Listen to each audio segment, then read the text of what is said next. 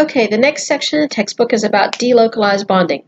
It's a type of bonding in which the electron pairs are basically moved between two sets of bonds. Okay, so it's spread over a number of atoms instead of just being between two. Delocalized bonding can only happen when the molecule has two of the same outside atoms, like this, one of them having a double bond and one of them not having a double bond. So in other words, when I draw this structure here, I have an oxygen with a double bond oxygen, single bond oxygen with its 6, and then 2 lone there.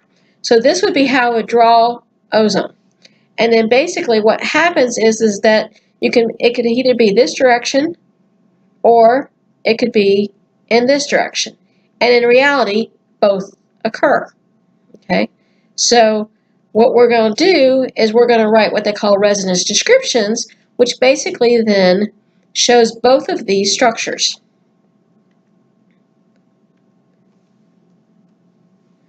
And so this is the resonance description, and this is showing basically exactly what I just drew.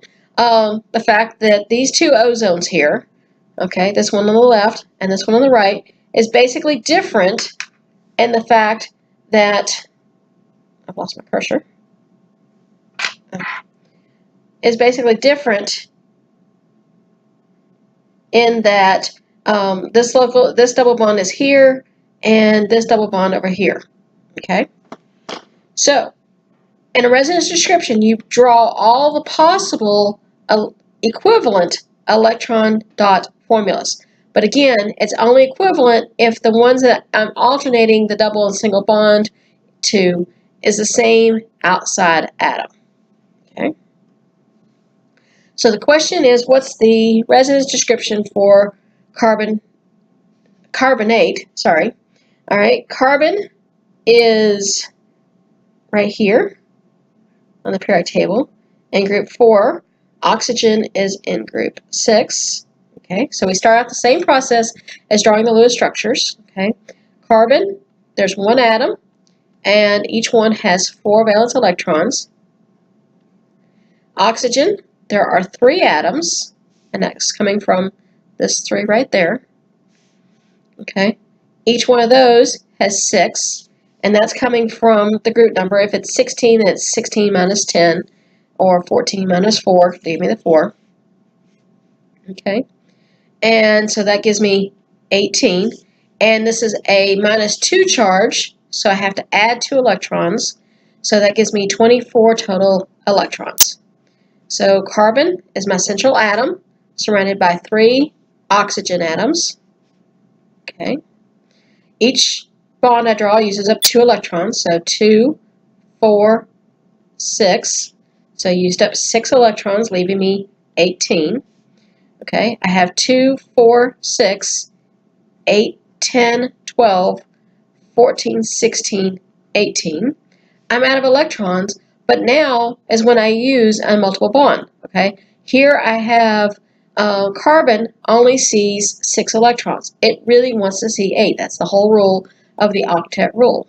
So what happens is that I bring in one of my unpaired electrons and pair it. But does it come from this one to here, or is it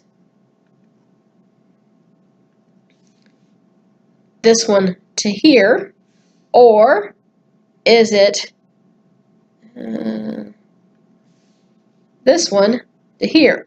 And the answer is all 3. So I have 3 different resonance descriptions with this. Okay, so I'm going to draw them down here in the lower left corner. Okay, I've got carbon, double bond, oxygen. See, I took away one each now. Each atom only wants to see 8, so I took away the lone pair that was here. I have an oxygen, and it still has its 3 lone pairs. I have the other oxygen with its 3 pairs. Oops.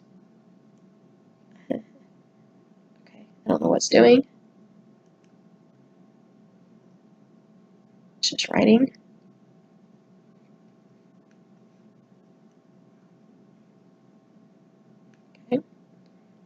All right, and because this is an ion, I need to indicate that by putting my 2 minus. Okay, the other structure, I have carbon. This time I'm going to have my double bond going up, oxygen, oxygen, with my double bonds, my single bonds. And again, it's an ion, so put my bracket around it. Or the third one, carbon. This time my double bond coming off to the right.